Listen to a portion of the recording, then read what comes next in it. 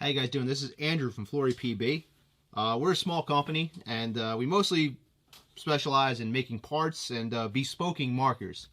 Now, bespoking means is we custom build markers from the ground up, and you try to do things a little nicer. Try to make everything as smooth as possible, perform as best as possible, but also make it as slick as possible.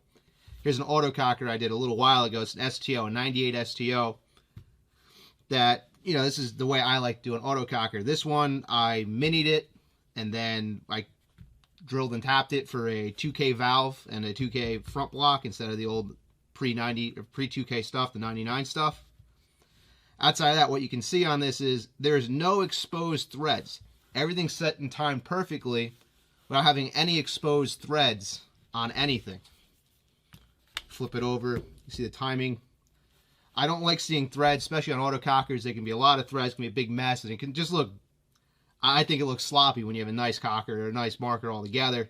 You have a bunch of threads, you have a bunch of threading exposed, all your macro line fittings, all your hoses are a mess. It just doesn't look right, and it takes away from the character of the marker. And this is just one of the things we do. We also make a lot of parts. Some of you guys might remember us for making older parts. A lot of Phantom parts we used to make. Here's my tester Phantom. Just a couple blanks. We used to make feed tubes for Phantoms. One-piece feed tubes that sat super low on them. As well as cram-in jam setups we used to do. We made a lot of parts for Phantoms back in the day. We made a lot of brass parts back in the day. And there's some of my favorite markers. I know it's not exactly in style or in vogue right now to have older brass markers and stuff like that. And the pump scene's kind of dead. But really, it's where we got started. Nice old brass markers. I love working on this stuff, but right now the market's not there. Another real old guy. A 707, a Nelson 707. Really, it's the first marker that started everything. And, you know, I really appreciate this stuff. And as a company, we really appreciate this stuff. But we have other interests altogether. Right now, we're looking at more modern stuff. Like I showed you the autococker. They've come back in a big way, and we really like working on autocockers. They're one of my favorite markers to shoot, and I think everyone that works with me here can speak for that. Outside autocockers, we've been working on angels. I've been making some parts. Maybe see on eBay. I've been soldering some chargers together, and we've been getting some chargers back on the market, some batteries back on the market for people.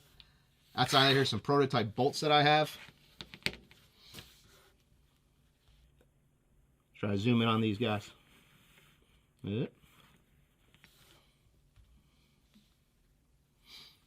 Here's some prototype bolts we've been making with the Eclipse front ends on them. Focus. They have Eclipse soft tips on them, and these are set up real nice. I really like what I did with these when I was designing them. And these are set up basically like old AK lightning bolts. They taper out real nice, and the airflow and air properties, these are very nice for an angel bolt, and especially. They're a tad bit longer to try to help with the rollback a little bit in angels, and we'll go over that more as this channel gets going. And the point of all this, and the point of me talking about this stuff is, really, I'm trying to set this channel up for our company, and just in general, to start documenting stuff a little better. It used to be that we had forums, like PB Nation, M. Carter Brown, that documented things really well. It's very easy to document paintball on a forum.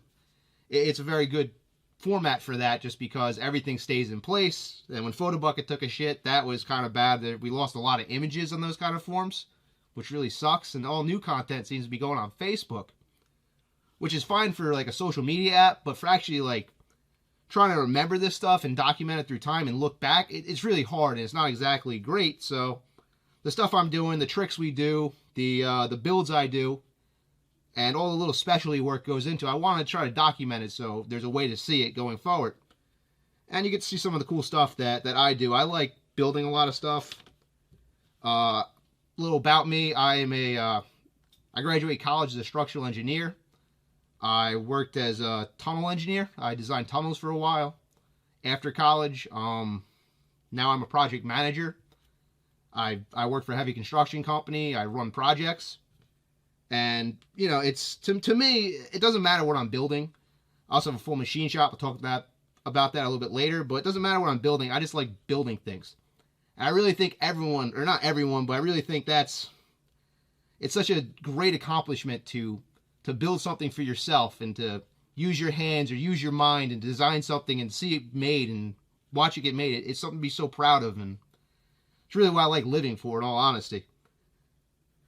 And yeah, it's just a great feeling, and I encourage everyone to do it. I want to help show you guys that it's easy, that you can get your hands dirty and you can start doing stuff, and you can start figuring things out. It's not that hard, most things. And, you know, just live your life a little better that way. That's the way I like to live my life, is doing that. And that's not everybody, but hopefully enough people can strike a chord with them, and they end up liking this kind of thing. So back to my machine shop. You know, we do more than just soldering. We do more than just a couple little mods and cutting down threads and stuff like that. I got a full machine shop upstairs in my garage, which we'll see someday. This is actually my workbench. I should have started with that. I just put this white mat down and put the camera rig up with a little microphone to start documenting the stuff I do down here in the basement. And yeah, we have a full machine shop available to us. I have a CNC mill, CNC lathe, down right now, but I'm working on that one. I have 2 regular lathes, a regular mill, just all manual stuff, and we're pretty capable of doing anything we want. And I'm trying to get an anodizing shop together. I have a buddy helping me that's taking longer than it's supposed to, but so does everything in life, right? And yeah, this channel is set up basically to document this stuff, like I said, and we're gonna be doing a whole bunch of things. I'm gonna be reviewing some stuff. We're definitely gonna be doing some builds. I'm going to show you some tips, some tricks, some of the tools I like using, and hopefully we can get a little more complicated. We can show you some more advanced stuff going forward. It might not all be paintball. It's probably going to I'm going to try to focus this on paintball, but I like doing random shit to basically anything. I'll build anything if it's cool and interests me at some point in time. We do a lot more than just build these though. Also going to show you some testing. This would be my regulator tester. This gives me performance. This can show me the performance of the inline regulators on paintball markers. I'll show you guys how I put this together, how to code this for my Arduino board, and how to use it. And I can show you tips and tricks on how I've been messing with regs and increasing the performance, what works, what doesn't. And yeah, hopefully this can be something educational and get some people interested and wanting to do more things, just because paintball, you know, I like modern paintball, I like modern markers, but they've gotten so stale. Everything's gotten so stale, so you just buy it out of the box, it shoots always, and you use it till you get the newer model in a couple years, and that's all. And no one really mods things anymore. There's no parts to put on things, which, you know, it's good in a way, but it lacks that heart that I used to like about paintball markers. I like shooting these old things. Angels shoot incredible. I love shooting angels. They shoot so cool compared to a modern marker, and it's a hard thing to describe until you actually shoot one, but it's louder, there's a little bit of kick, but it's not enough to really make it a problem. It's just enough to make you feel like satisfied when you're shooting the thing. And it's just so fun to shoot these, shoot old autocockers. And I love pump guns and pump markers and all that, and you know, I'm kind of upset that pump kind of went away. I was actually on the 2010, I think it was, championship NPPL pump team. Like, I really enjoy pump paintball. I really enjoy old school paintball. And this is kind of the more modern stuff, but this is kind of when I was a kid. This gun was out in 2003 or 2004 or 5. I think 5. And, you know, then I was probably 13, 14 years old. That's when I really started getting really involved in paintball. Everything else was a little bit older to me. And, you know, this is my youth, too. So I really like these older Electros. And they're really cool to see where we came from. And we're going to do a lot with Angels to start. We're going to do a lot with Autocockers to start. And hopefully make a good channel out of this that can give people some information. And hopefully document some things. It's, you know, something we need to do in our industry a little better. We're definitely missing a lot now. Like, for example, with that old STO that I had.